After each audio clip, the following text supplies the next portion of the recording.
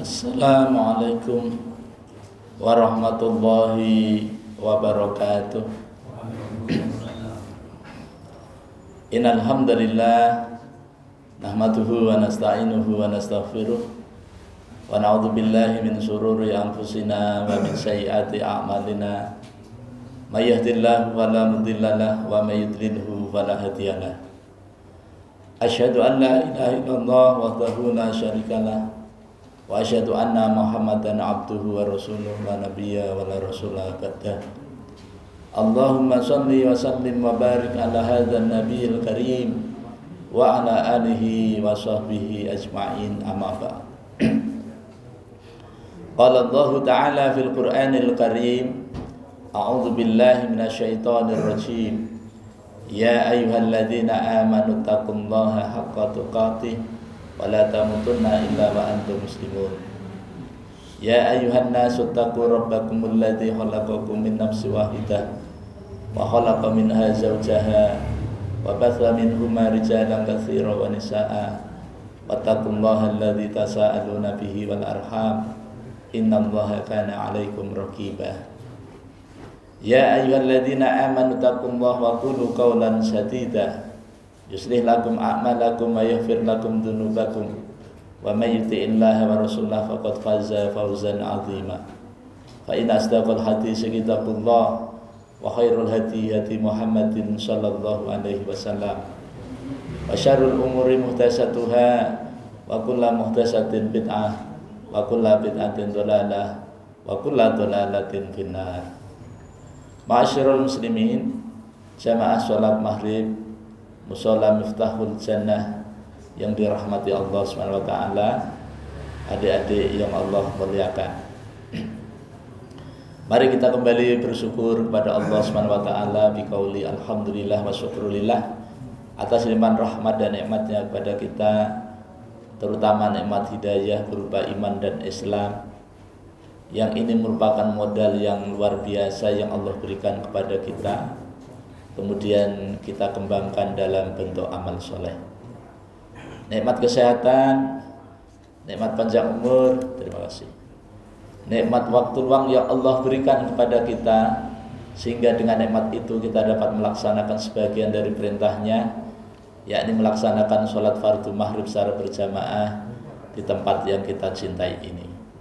Salawat dan salam semoga senantiasa tercurah, terlimpah pada junjungan kita Nabi besar Muhammad sallallahu alaihi wasallam, kepada keluarganya, para sahabatnya, para pengikutnya yang setia, baik yang dulu, sekarang maupun yang akan datang. Mudah-mudahan kita semua yang hadir di majelis yang mulia ini, atau siapa saja yang menyaksikan tayangan ini, dicatat oleh Allah Subhanahu wa taala sebagai hamba-hamba Allah yang taat, yang takwa, calon-calon penerima syafaat yang agung dari baginda Nabi sallallahu alaihi wasallam atas izin Allah Subhanahu wa taala kelak pada hari kiamat. Amin ya rabbal alamin. Bapak Ibu jamaah salat maghrib yang dirahmati Allah Subhanahu wa taala, adik-adik yang Allah muliakan, alhamdulillah kita kembali bertemu dalam suasana kebaikan. Sehat badan, afiah batin, ini merupakan nikmat Allah yang wajib kita syukuri, agar Allah senantiasa menambahkan nikmatnya kepada kita. Jangan sampai kita termasuk orang-orang yang kufur nikmat. Ketahuilah sesungguhnya azab Allah amat sangat pedih. Bapak Ibu jamaah salat maghrib yang dirahmati Allah SWT, adik-adik yang Allah muliakan, malam ini kita akan melanjutkan kajian Ma'rifatul Quran fi Tarjamatil Quran.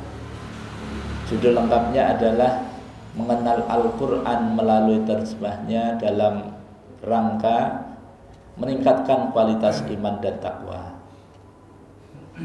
Tema kita malam ini masih melanjutkan kisah Bani Israel, tetapi kita ambil tema mengenal dan memahami takwa. Ini terdapat pada surah Al-Baqarah ayat 48 ya. Malam ini kita sampai pada 47 ya. Ya, jadi 47 insya Allah dilanjutkan ke 48. Allah Subhanahu wa taala berfirman, Ya bani Israil azkuru ni'mati allati an'amtu alaikum wa anni faddaltukum 'alal 'alamin. Wattaqu yawman la tajzi nafsun an nafsin syai'a wa la yuqbalu minha syafa'atun wa la yu'khadhu minha 'adlun wa la hum yunsarun. Ya hai bani, anak keturunan, bin anak cucu, Israila, Israel, ai Yakub. Jadi yang dikasih gelar atau kunyah Israel itu adalah Yakub, putra Ishak. Jadi cucunya Ibrahim. Ya, Allah menyeru untuk yang kedua kali. Kemarin Allah menyeru kepada Bani Israel pada ayat 40. Ini ayat 47 Allah menyeru untuk yang kedua kalinya. Ya Bani, wahai anak cucu Israel, uzkuru, ingatlah kalian. Wahai Bani Israel, kalian semua ya. Uzkuru, ini dhamirnya antum, jadi kalian. Nikmati, nikmatku ya, allati yang an'amtu, aku telah ya, alaikum, aku telah anugerahkan kepada kalian Bani Israel.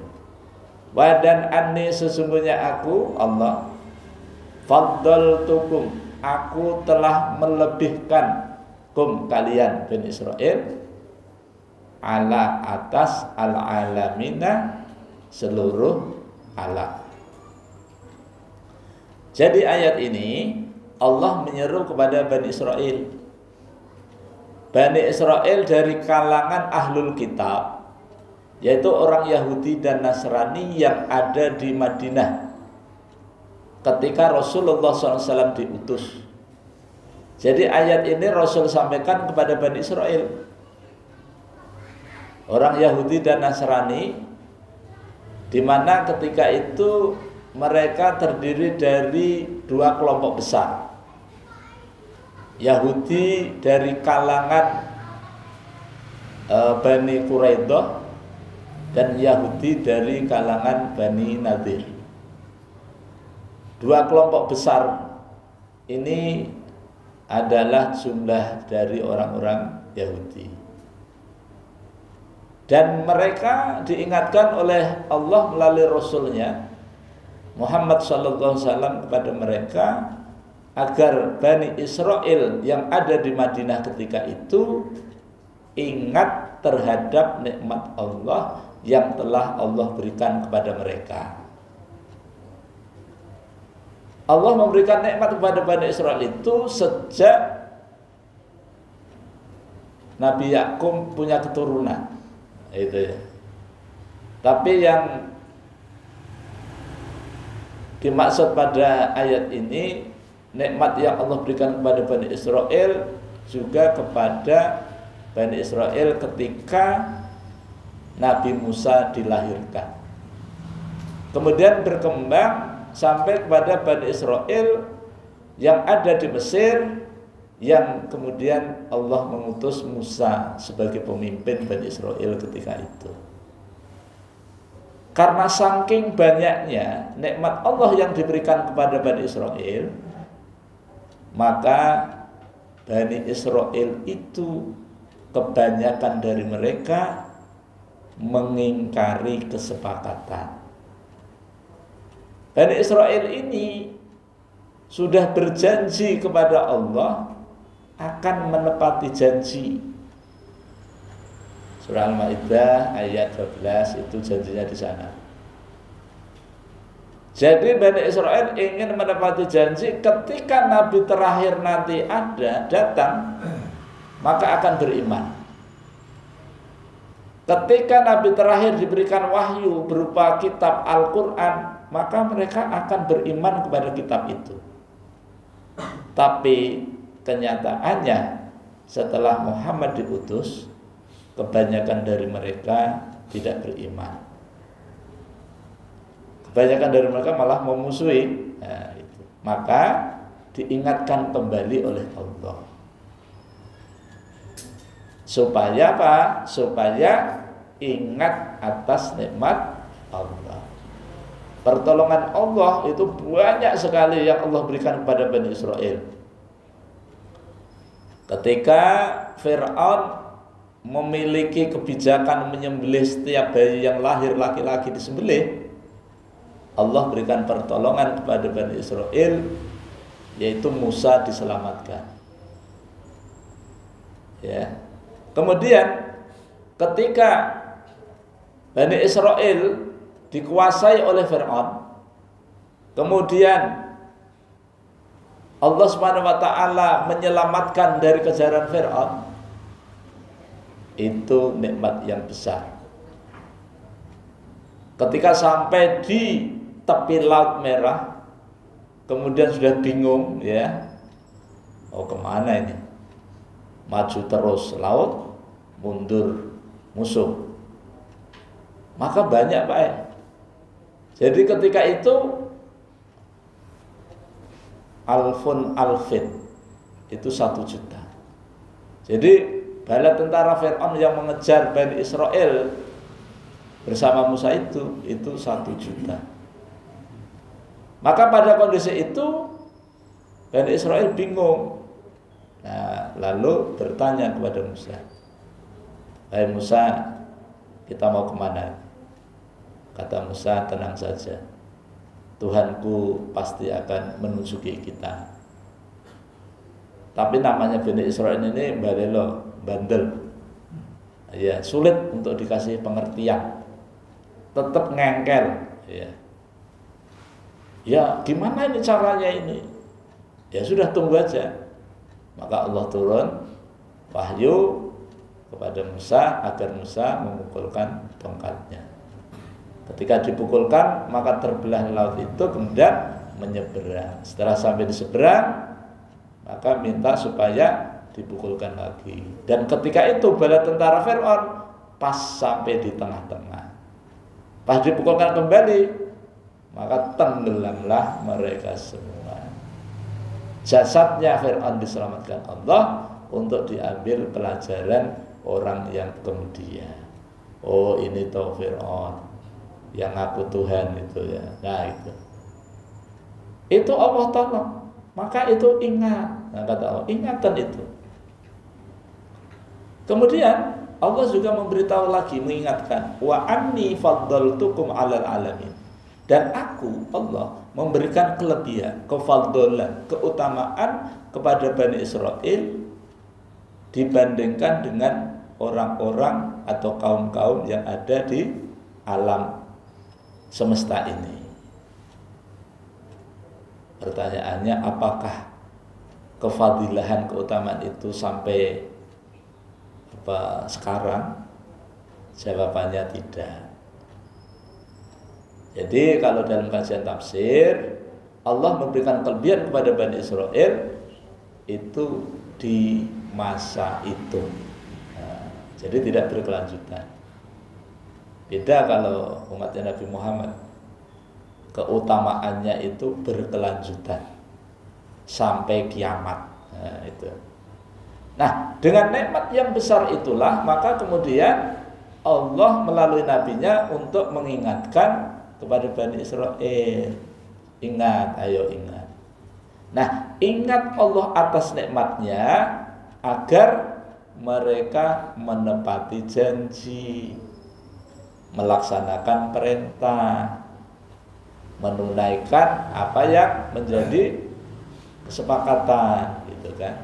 Kan di ayat 40 ada perintah, 41 ada perintah, 42 ada perintah, 43 ada perintah, ya kan? 44 tidak ada perintah tapi pernyataan. Ya, kemudian 45 ada perintah. 46 pernyataan. Nah, perintah-perintah itu kepada Bani Israel itu hendaknya ditepati. Allah menyuruh sholat, mestinya sholat. Allah menyuruh zakat, mestinya zakat. Allah menyuruh haji, mestinya haji. Tapi kebanyakan dari mereka mengingkari. Atas pengingkaran itu maka kemudian Allah mengutuk mereka. Dikutuk menjadi monyet ada, dikutuk menjadi babi ada, dikutuk menjadi hati yang keras ada. Ya. Nah ini supaya diingat. Nah. Bapak Ibu hadirin wal hadirat yang dirahmati Allah SWT, dari yang Allah muliakan, apakah ayat ini hanya untuk Bani Israel saja? Tidak. Walaupun ayat ini dihitab atau ditujukan kepada Bani Israel, tapi karena ini Al-Quran, maka menjadi petunjuk bagi kita. Supaya apa? Supaya kita tidak seperti Bani Israel yang memiliki karakter bandel. Ya. Nanti pada ayat yang akan datang, kebandelan Bani Israel itu yang dipimpin oleh Musa itu akan ketahuan persis, menjengkelkan. Ya gitu ya. Tapi ini memang supaya menjadi pelajaran bagi kita, agar kita tidak seperti mereka. Kemudian ayat yang 48. Wattaku wadat aku, bertakwalah, takutlah kalian. Ini masih kepada Bani Israel, gitu ya. Nah, tapi juga untuk kita semua. Wattaku, dan takutlah kalian, yauma, pada suatu hari. Yauma di sini ini tidak menggunakan alif lam, tidak menggunakan al ma'rifat. Ini menunjukkan nakirah, ini umum. Jadi sifatnya itu hari apa itu? Sulit untuk ditebak. Nah, tapi pakar tafsir menjelaskan hari itu adalah hari yang penuh dengan kesulitan. Hari yang penuh dengan tidak hanya sulit. Pokoknya penuh dengan penderitaan, penuh dengan ketakutan, penuh dengan kekurangan dan sebagainya. Nah, Allah menyuruh kita manusia, ya khususnya Bani Israel, supaya takut hari itu. Hari itu hari apa? La tajzi, hari di mana tidak bisa saling membela. Nafsun, seseorang, an-nafsin, terhadap orang lain, syai'an, sesuatu pun atau sedikit pun. Jadi Allah mengingatkan kepada kita agar kita takut kepada hari yang Allah janjikan. Hari ini adalah hari banyak orang mengingkari. Hari itu adalah hari kiamat. Hari itu adalah hari pembalasan. Hari itu adalah hari di mana orang-orang kafir menyesal sesesal-sesalnya. Itu. Makanya kita sebagai muslim, sebagai orang yang punya Al-Quran, maka mari kita kenali kalimat takwa ini. Mari kita pahami kalimat takwa ini, sehingga dengan takwa itu maka kemudian Allah akan menyelamatkan kita. Dengan takwa itu maka Allah akan memberikan solusi kepada kita pada saat kita mengalami masa sulit. Kalau kita di dunia, sesulit-sulitnya di dunia itu masih bisa mengelak, masih bisa mengeles, masih bisa mencari solusi. Tapi kalau sudah di akhirat, mau cari kemana? Nah, jadi kita memang benar-benar dianjurkan untuk mempersiapkan diri agar kita memiliki bekal yang cukup. Gitu. Jadi hari itu tuh tidak ada saling menggantikan, tuh nggak ada.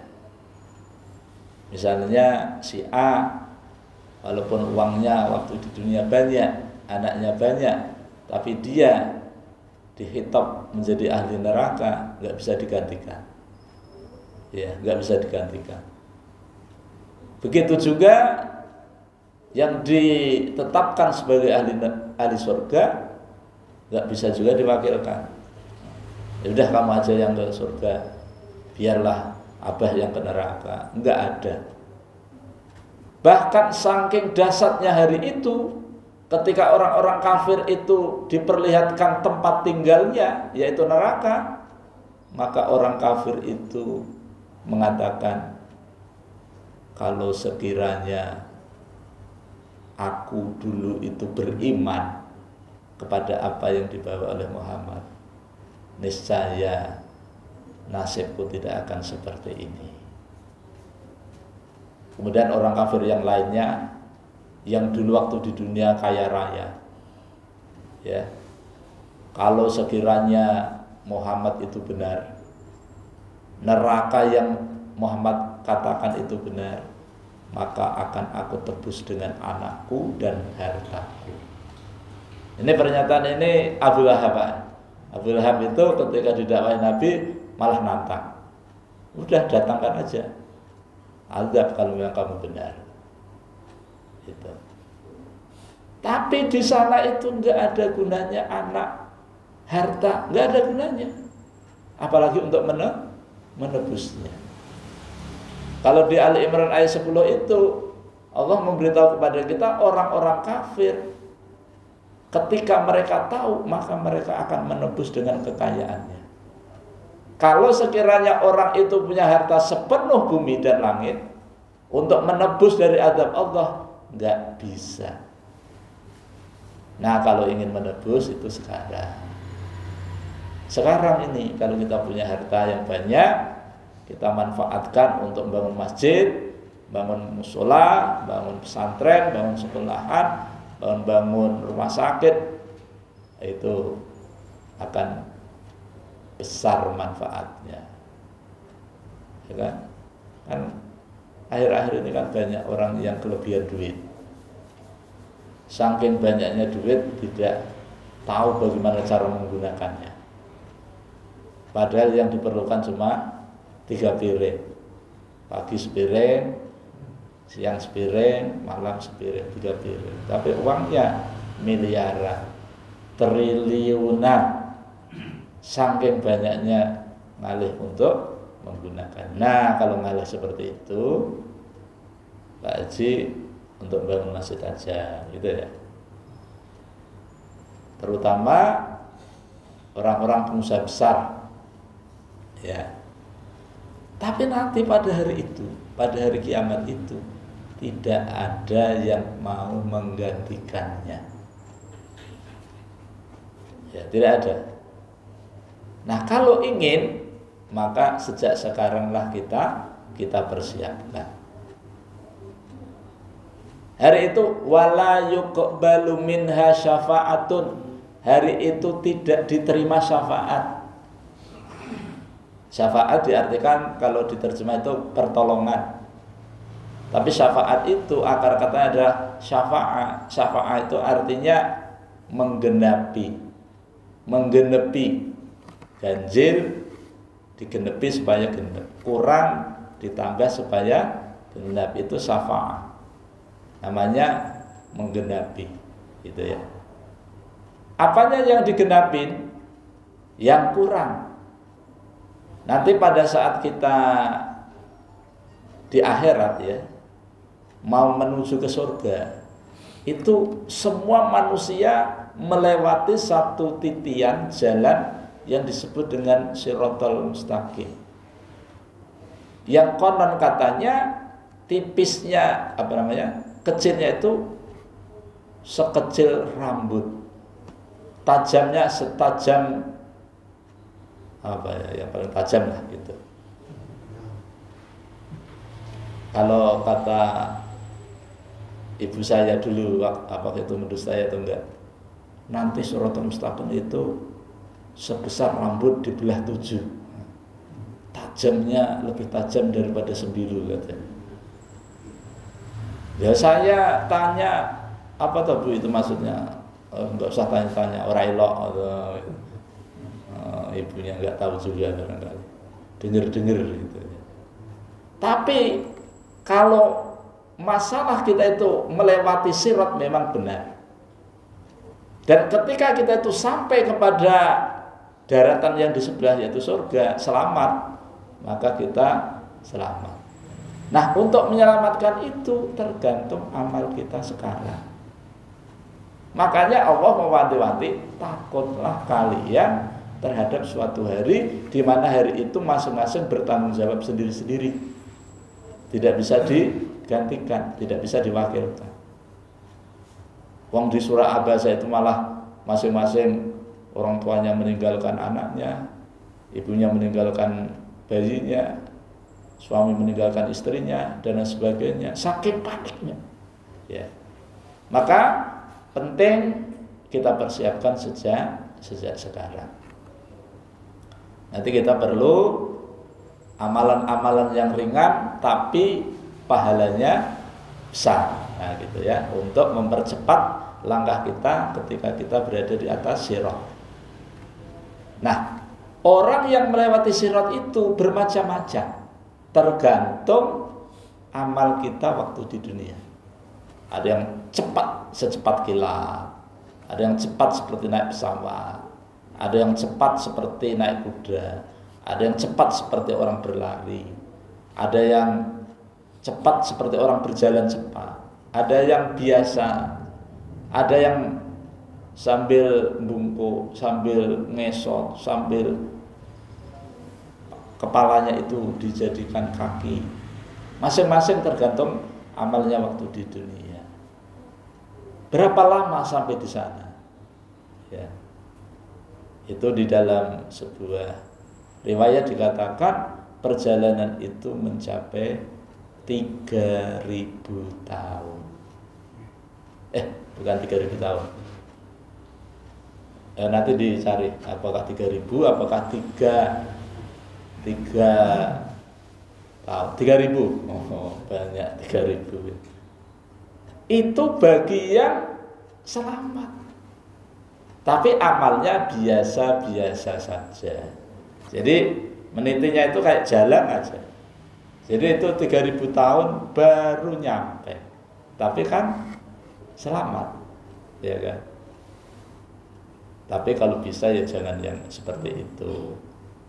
Tapi yang ngeri sekali itu mana baru ijlik-ijlik itu ya, langsung meleset. Maka kalau meleset itu jatuhnya neraka.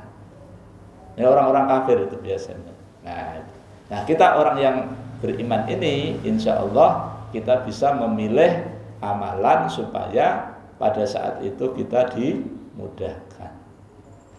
Ada yang cepat secepat cahaya. Nah, untuk itu Bapak Ibu sekalian, adik-adik yang Allah muliakan, ada amalan-amalan yang bisa mempermudah langkah kita pada saat kita berada di sirat tersebut. Apa itu amalannya?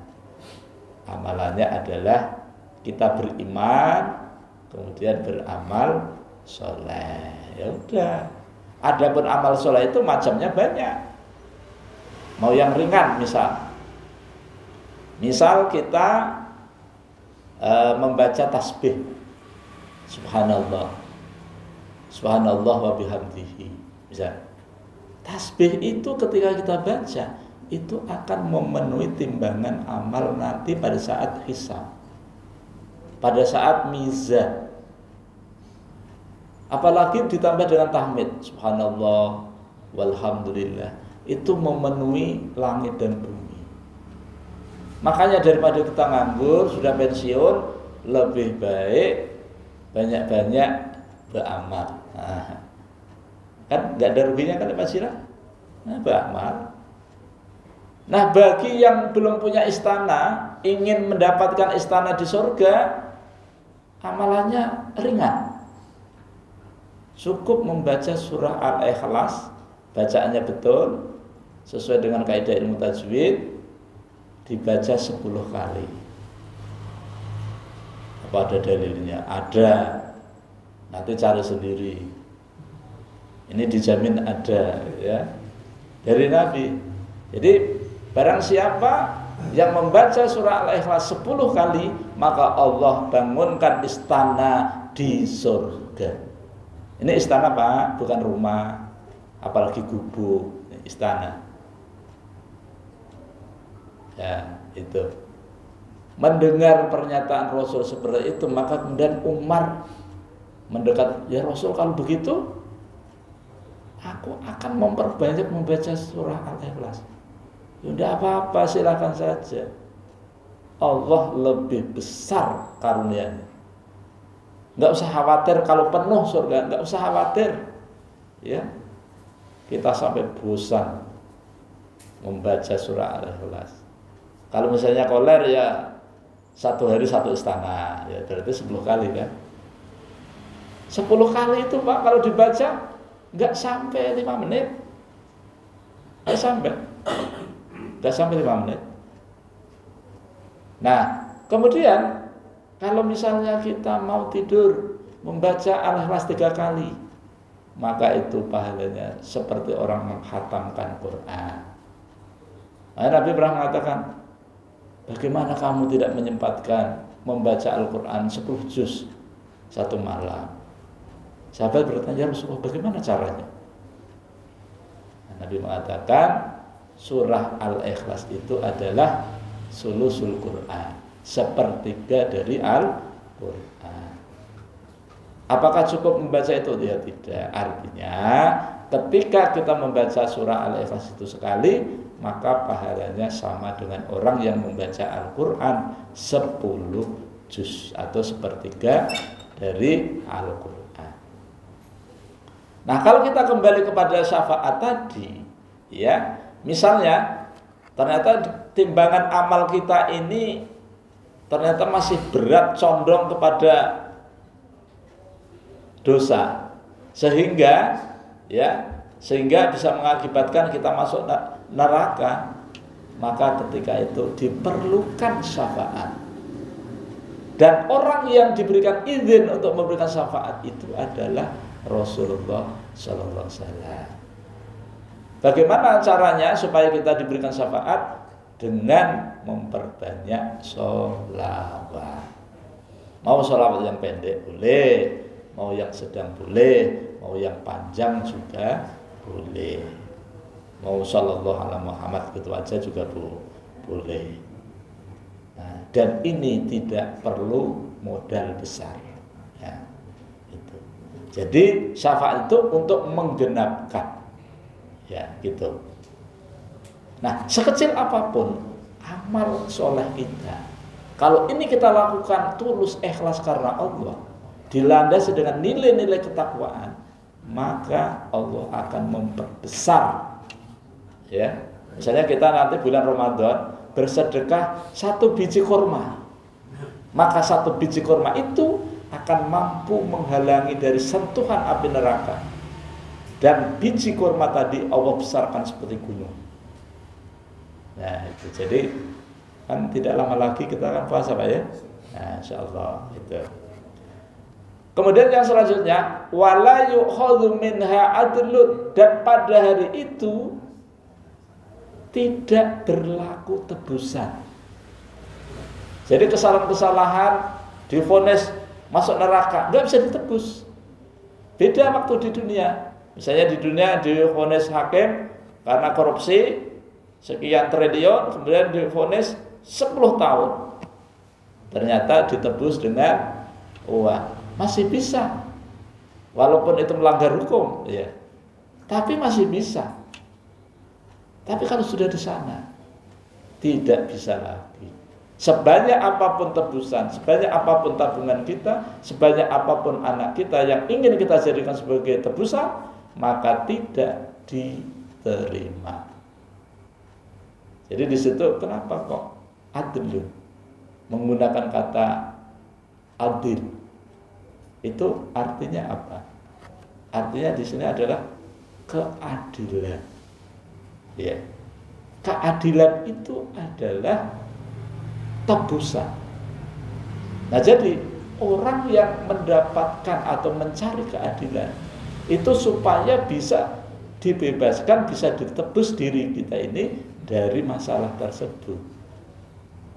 Ya, itu. Makanya di sana tidak bisa lagi. Bagaimana supaya bisa ditebus? Bagaimana? Lakukan amal soleh pada saat kita di dunia.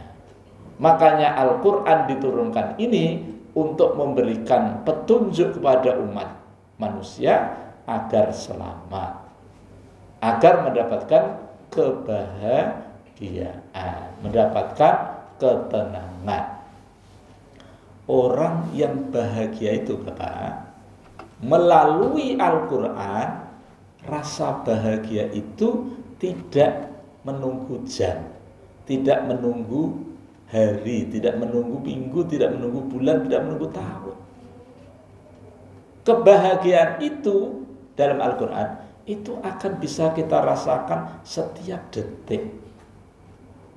Makanya kalau kita sering membaca Al-Quran sebagai zikir kita, maka bacaan Al-Quran yang lahir dari hati kita, yang ikhlas karena Allah, maka akan membuat hati kita itu tenang. Nah, orang-orang yang miskin tapi sering membaca Quran itu lebih tenang dibandingkan orang miskin yang tidak baca Quran. Nah, gitu ya. Oh ya, salah kalau perbandingan kayak gitu ya. Dibandingkan orang yang kaya harta, hartanya banyak, tapi tidak beriman kepada Allah, walaupun amalnya banyak, tapi tidak diterima. Nah, ayat tadi maksudnya adalah yang tidak diterima syafaatnya dan tidak diterima tebusannya itu bagi orang yang kafir. Makanya orang kafir jangan mengandalkan harta kalian, dan kalian pasti akan menghadapi hari itu. Makanya jemaah, informasi ini perlu disampaikan kepada saudara-saudara kita supaya nanti kita itu di sana itu membawa bekal yang sebaik-baiknya. Watazawwadu, dan berbekalah kalian. Fa inna khairaz zadi at-taqwa, dan sebaik-baik bekal itu adalah takwa. Makanya kita pahami makna takwa ini setelah ayat ini berakhir. Walahum yunsarun, dan orang tadi di sana tidak ditolong. Nah, yunsarun, tidak ditolong itu berarti dia akan selamanya di neraka. Nah, yang syafaatnya ditolak, tebusannya nggak diterima, pertolongan nggak dia dapatkan, ya sudah, celaka murokab. Nah, ini disampaikan oleh Allah melalui Nabi kita dan kita percaya, maka jangan sampai kita itu tidak mengindahkan peringatan Allah, walaupun ini ditujukan kepada Bani Israel, tapi karena ini Al-Quran, ini juga berfungsi untuk kita. Ini azan. Azan ya Pak ya? Azan. Nah, sekarang bagaimana supaya kita ini termasuk orang-orang yang bertakwa? Maka jadikanlah Al-Quran sebagai petunjuk. Dzalikal kitabu la raiba fihi hudan lil muttaqin. Bapak Ibu hadirin dan hadirat yang dirahmati Allah SWT, adik-adik yang Allah muliakan, karena waktu Isya sudah tiba, maka kajian kita pada malam hari ini kita cukupkan sampai di sini. Mudah-mudahan Allah SWT senantiasa merahmati dan meridhai kita semua. Ulun mohon maaf, pasti banyak kelirunya, banyak salahnya.